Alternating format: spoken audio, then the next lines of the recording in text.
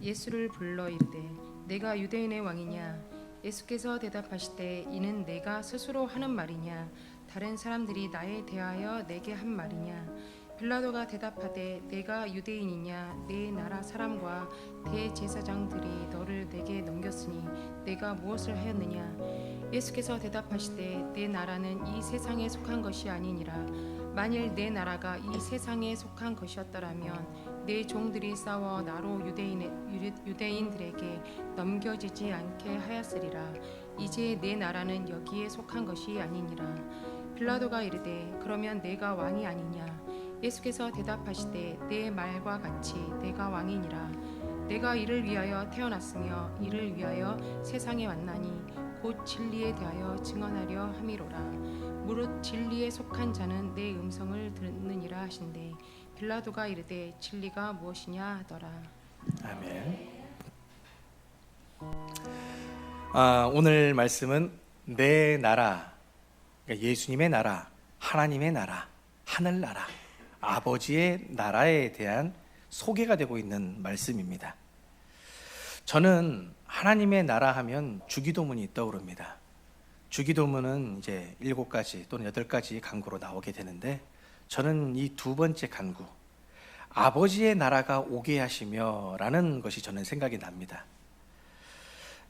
제가 어린 시절 이 두 번째 간구가 제일 궁금했는데, 아버지의 나라, 그 하나님의 나라가 어떻게 우리에게 올까? 내가 살아가고 있는 이 땅에 어떻게 오는 것일까? 저는 궁금했습니다.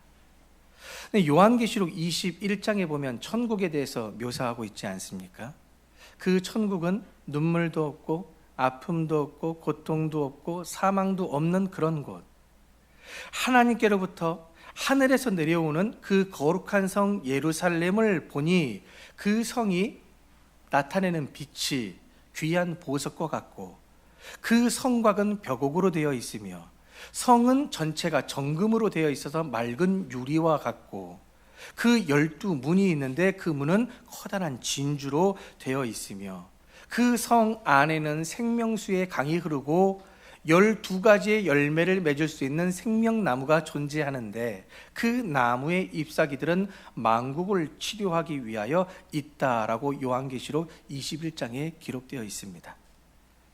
그런데 저는 궁금한 겁니다. 그런 나라가, 그런 왕국이 어떻게 우리에게, 어마어마한 그 나라가 하늘로부터 내려와서 어느 나라에 어떻게 우리에게 임할 것인가?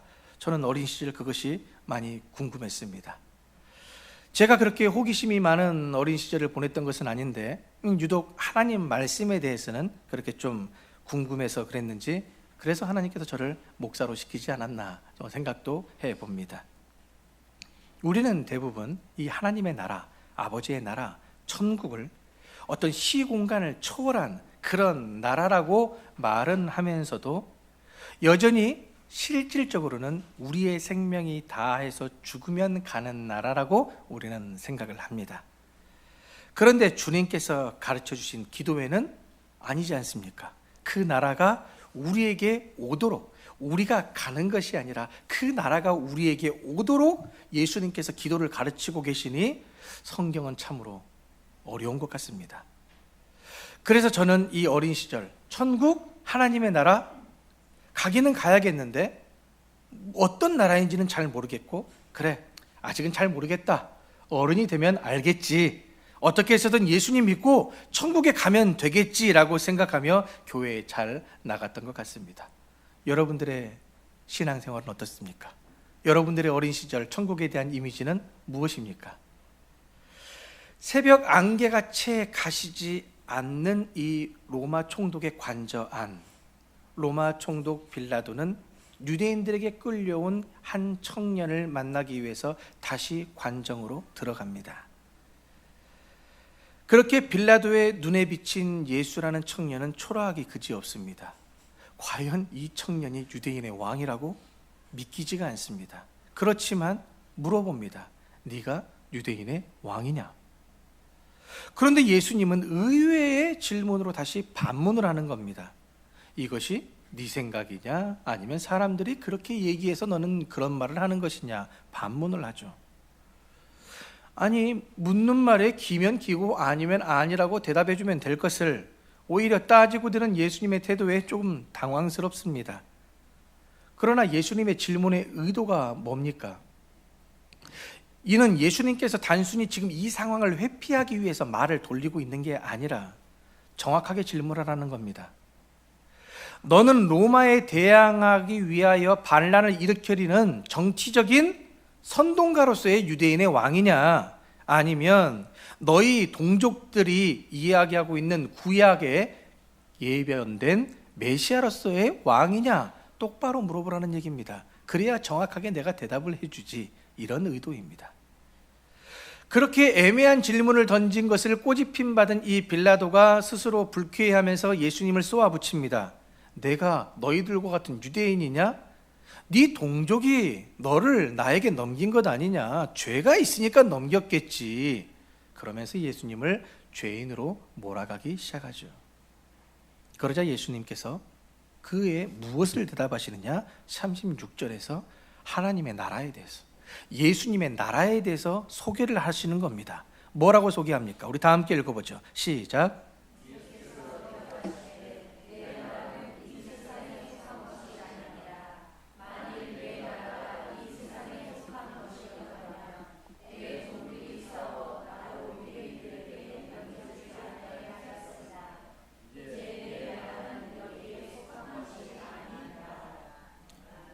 하나님의 나라, 천국, 예수님의 나라는 이 세상에 속해 있지 않다라고 합니다.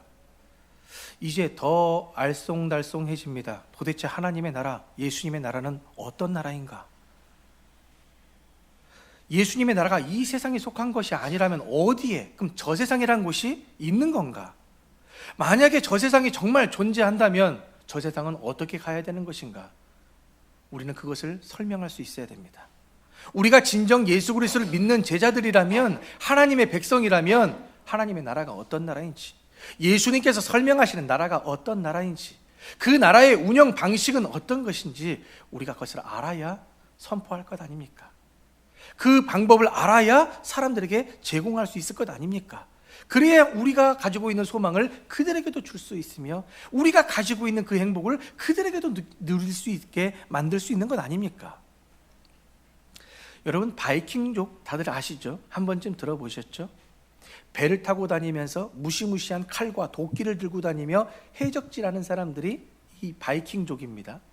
8세기에서 11세기에 우크라이나를 비롯한 유럽과 러시아를 침입한 노르만족, 다르게 표현하면 북게르만족이 바로 이 바이킹 민족입니다. 농사와 인구 증가로 인해 토지가 점점 협소해지니까, 그러면서 식량이 부족해지니까 이 온난하고 비옥한 땅을 차지하기 위해서 대민족을 했던 민족이 이 북게르만 민족 아닙니까? 그런데 여러분, 이런 사람들에게, 이 바이킹 민족에게 천국은 어떤 나라냐 물었을 때 어떤 대답이 나올 것 같습니까? 천국은 약탈을 할 수 있는 튼튼한 배가 있어야 되고, 용기와 또한 전투할 수 있는 즐거움이 있어야 되며, 또 힘든 전투를 마치고 난 다음에는 그 심신이 위로가 되고, 또 회포를 풀 수 있는 술이 필요하고, 그리고 밤에 잠들었을 때는 전투하며 상하게 된 육신이 회복이 되는 곳이 천국이다라고 바이킹 민족은 이야기를 합니다. 여러분, 이 바이킹 민족이 생각하는 천국과 오늘날 우리가 생각하는 천국 크게 다르지 않지 않습니까? 요한계시록의 말씀과 같이 새하늘과 새 땅이 있는데, 이전 것과 같으면서도 또 이전 것이랑 다른 새하늘과 새 땅이 존재하며 슬픔도 아픔도 고통도 죽음도 없는 그런 곳, 즉 결핍된 세상 속에 살아가고 있는 사람들에게 그 결핍이 없는 모든 것을 충족시킬 수 있는, 기쁨과 즐거움과 행복만 있는, 시기와 질투와 미움이 없는 그런 곳을 천국이라고 우리가 생각하지 않습니까? 그러니 돈이 없는 자에게 돈이 주어지고, 건강이 없는 자에게 건강이 주어지는, 배고픈 자들에게 음식이, 사랑에 필요한 자들에게 사랑과 긍휼이 베풀어지는 곳이 천국이라고 우리가 생각을 하고 있죠. 그래서 믿음이 있는 자건 없는 자건 천국과 지옥이 존재한다면 누구나 다 천국 가고 싶어 하는 겁니다. 이 땅에 결핍된 것을 채움받을 수 있는 곳이기 때문에. 그런데 여러분, 천국 그런 곳입니다. 성경에 이야기하니까. 그러나 하나님의 나라 천국에 대해서 잊어버리지 말아야 될 중요한 사실이 한 가지가 더 있습니다. 예수님께서 이 하나님의 나라에 대해서 어떻게 표현하셨는지를 여러분 분명하게 기억하셔야 되는데, 요한복음 17장 20절 21절 말씀에서 예수님께서 하나님의 나라가 어떠한 것인지 가르쳐 주시죠. 하나님의 나라가 어디에 있다? 너희 안에 있다. 저 하늘에 있다라고 표현되지 않습니다. 너희 안에 있다. 물론 이 상황적인 배경이 있습니다. 여기에서 너희 안에 있다라고 하신 이 말씀은 두 가지로 해석이 됩니다. 영어로 번역을 하면 하나님의 나라가 in your, 너희 안에 있고, 또 among your, 너희 사이에 있다라고 표현을 하는 겁니다. 왜 이런 표현을 냈냐? 그 당시에 서기관들과 대제사장들과 바리새인들이 예수님께 묻는 겁니다. 곤란하게. 하나님의 나라가 어디에 있습니까? 어느 때에 하나님의 나라가 임하나이까? 트집을 잡기 위해서 질문을 했을 때 예수님이 뭐라고 대답하시냐? 너희들 안에 있잖아. 너희들 사이에 있잖아. 그 말은 예수님이 곧 하나님의 나라라는 겁니다. 예수님 자체가 하나님의 나라라는 겁니다. 예수님이 지금 너희들 종교 지도자들 안에 있잖아. 너희들 무리 안에 내가 둘러싸여 있잖아. 내가 너희들 사이 안에 서 있잖아. 내가 바로 하나님의 나라다라고 생각하는 겁니다. 그러니 우리는 하나님의 나라를 생각할 때 죽어서 꼭 어딘가에만 가야 되는 그런 새하늘 새 땅만을 생각해서는 안 된다라는 말씀이죠. 하나님의 나라는 지금 이 자리에도, 우리 안에도, 말씀이 육신이 되어 이 땅 가운데 오신 예수 그리스도가 바로 하나님의 나라라는 것을 생각하실 수 있어야 됩니다. 그 예수 안에 내가 있고 그 예수께서 내 안에 살아 계시면 내 안에 바로 하나님의 나라, 주님과 동행하니 그 어디나 하나님 나라. 그러니 내가 오늘날 이 땅 가운데서 하나님의 나라를 경험하지 못하고 살아내지 못하면 저 위에 있는 새하늘과 새 땅에 약속된 요한계시록의 하나님의 나라는 잠시 접어두셔야 되지 않겠습니까? 그러니 하나님의 나라는 저 하늘에서만이 아니라 이 땅에서도 우리가 누릴 수 있기에 그것을 사모하고 쟁취하고 얻을 수 있어야 됩니다. 그래서 예수님은 37절, 그럼 네가 유대인의 왕이 아니냐라는 질문에 예수님이 왕으로서 이 땅에 오신 목적과 그 나라에 대해서 가르쳐 주십니다. 뭐라고 가르쳐 주시냐? 세 가지를 가르쳐 주시는데, 내 나라는 세상으로부터 나오지 않았기 때문에 이 세상에 속한 게 아니다. 내 나라에도 싸울 수 있는 막강한 종들, 즉 천사들이 있다. 그런데 너희들이 생각하는 그런 방식으로 싸우지 않는다. 세 번째, 나는 하나님 나라의 왕으로서 진리를 전하며 그 진리를 보여주기 위해 내가 이곳에 왔고, 내 나라는 진리가 선포되어지는 곳이고 그 진리가 이끌어가는 나라다. 이렇게 지금 예수님이 빌라도에게 복음을 가르치고 계신 겁니다. 하나님 나라의 복음을 가르쳐주고 있는 겁니다. 그러니 내 나라는 아버지께로부터, 하늘로부터 나왔고 내 나라는 칼로 세운 나라가 아니라 잔으로 세워지는 나라이며, 사람이 이끌어가는 나라가 아니라 무엇이? 말씀이 이끌어가는 나라, 진리가 이끌어가는 나라가 바로 아버지의 나라, 천국이며 내 나라이다 라고 가르쳐 주신 겁니다. 쉽게 말하면, 그래, 내가 왕 맞아. 내가 왕 맞고 그 나라의 왕인데 너희가 생각하는 그런 나라와 왕은 아니니라. 나는 구별되었다. 이렇게 이야기하고 계시는 거죠. 생각해 보십시오. 예수님이 이 땅에 오셨을 때 어떻게 오셨다고 성경이 기록합니까? 궁궐이 아니라 마구간에서 출생지를 삼으신 왕이십니다. 왕으로 오신다면 궁궐로 오셔야 되는데, 골룡포를 입고 오셔야 되는데 그런 게 아니라 종의 형체를 입으시는 왕이시고, 용맹한 군주로서 이 땅을 통치하고 다스리는 왕으로 오신 게 아니라 정말 연약한 아기로 태어나셔서 힘없는, 무기를 들지 않은 한 초라한 청년의 왕으로 오신 분.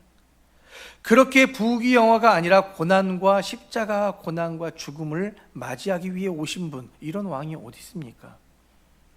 그렇게 진리를 선포하시고 그 진리를 세워가시며 진리로 다스리시는 왕이요 나라로서 결코 칼이 이 나라를 무너뜨릴 수 없죠. 오직 세상과 구별되어 있는 거룩한 나라임을 예수님께서는 가르쳐 주신 겁니다. 그러면서 예수님께서 아주 의미심장한 말씀을 던지시는데, 무릇 진리에 속한 자는 내 음성을 듣느니라. 그런데 빌라도는 그 진리를 듣지 못합니다. 듣고 싶다고 아무나 듣는 게 아닙니다. 하나님께서 주셔야 들릴 수 있는 거겠죠. 그렇게 진리가 무엇인지 들리지 않자, 무슨 의미인지 알 수가 없자 이 빌라도는 콧방귀를 끼며 묻습니다. 그래? 진리가 뭐냐? 그러면서 그 자리에서 나가죠. 자, 그렇다면 이제 빌라도의 이 질문에 누가 대답을 해줘야 될까요? 우리가 질문을 해야 됩니다. 세상 사람들은 묻습니다. 교회 안에 진리가 있냐? 교회 가면 밥을 주냐? 교회 가면 정말 천국을 선물로 주느냐? 빌라도는 진리가 무엇인가를 묻고 그 답을 듣기도 전에 다시 세상으로 나갑니다. 그 진리를 궁금해하기는 했지만 진리에 속하고 싶지는 않았던 거죠. 왜요? 지금 이 빌라도에게 관심은 뭐냐? 유대인들의 눈치 보는 것이 관심이고, 로마 총독의 자리를 지키는 것, 이들이 이 명절을 통해서 밀란을 일으키지 아니하게 하는 것만이 오직 관심입니다. 진리는 나중에. 그렇게 지금 빌라도 앞에 서 있는 길이요 진리요 생명이 되신 예수님을 받아들이려 하지 않습니다. 물론 순간 흔들릴 부분이 있습니다. 부인도 그렇게 이야기를 했고, 사람들이 하나님의 아들이라는 부분을 이야기하면서 자칫 자신이 정말 하나님의 아들을 죽이면 어쩌할까라는 두려움 때문에 놓아주고도 싶었습니다. 그러나 결국 자신의 안일이 그 모든 것을 덮어버렸지요. 그렇다면 이제는 우리가, 예수 그리스도를 믿는 우리가 대답할 수 있어야 됩니다. 진리가 무엇인지. 여러분들은 그 진리를 아시기 때문에 오늘 이 자리에 나오신 거 아닙니까? 그 진리를 알기 때문에 예배하러 나오신 거 아닙니까? 그러면 소개할 수 있어야 됩니다. 정말 관심을 갖는 그들에게 진리가 무엇인지를 소개할 수 있어야 됩니다. 과연 여러분들의 마음속에 진리가 있습니까? 여러분들 마음속에 예수께서 계십니까? 여러분 마음속에 예수님이 하셨던 그 말씀이 여러분 안에 있습니까? 혹시 여러분들 송구영신 예배 때 뽑으신 그 진리의 말씀 머릿속에 가지고 계십니까? 아니면 그저 예쁜 책갈피로 성경에 꼽아놓고 계십니까? 복 받기를 원해서 그 말씀을 뽑았는데 그 말씀은 여전히 가지고 있지 못하고 내가 원하는 복을 챙기기를 바라고 있지만은 않습니까?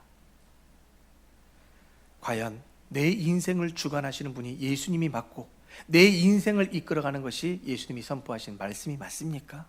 스스로 한번 돌아보죠. 여러분이 잘 아시는 나폴레옹 보나파르트의 유명한 고백이 있습니다. 나폴레옹이 이제 거의 죽어갈 때쯤 뭐라고 고백을 하느냐? 나는 때가 되어 죽을 것이고 내 몸은 땅으로 돌아가 지렁이의 먹이가 될 것이다. 위대한 나폴레옹이라 불리는 자의 운명이 이러하다. 나의 이 깊은 비참함과 온 땅에 선포되고 사랑받으며 숭배받는 그리스도의 이 영원한 나라 사이에 얼마나 큰 시면이 존재하는가. 알렉산더도 가이사르도 샤를마뉴도 그리고 나폴레옹도 제국을 건설했다. 그러나 우리가 만든 이 창조물들이 과연 무엇이 위에 세워진 것이냐? 바로 무력 아니냐? 그러나 오직 예수 그리스도만이 그의 나라를 사랑 위에 세우셨다. 그리고 지금 이 시간에도 수많은 사람들이 그 예수를 위해 죽을 준비가 되어 있다. 이것이 나폴레옹의 고백입니다.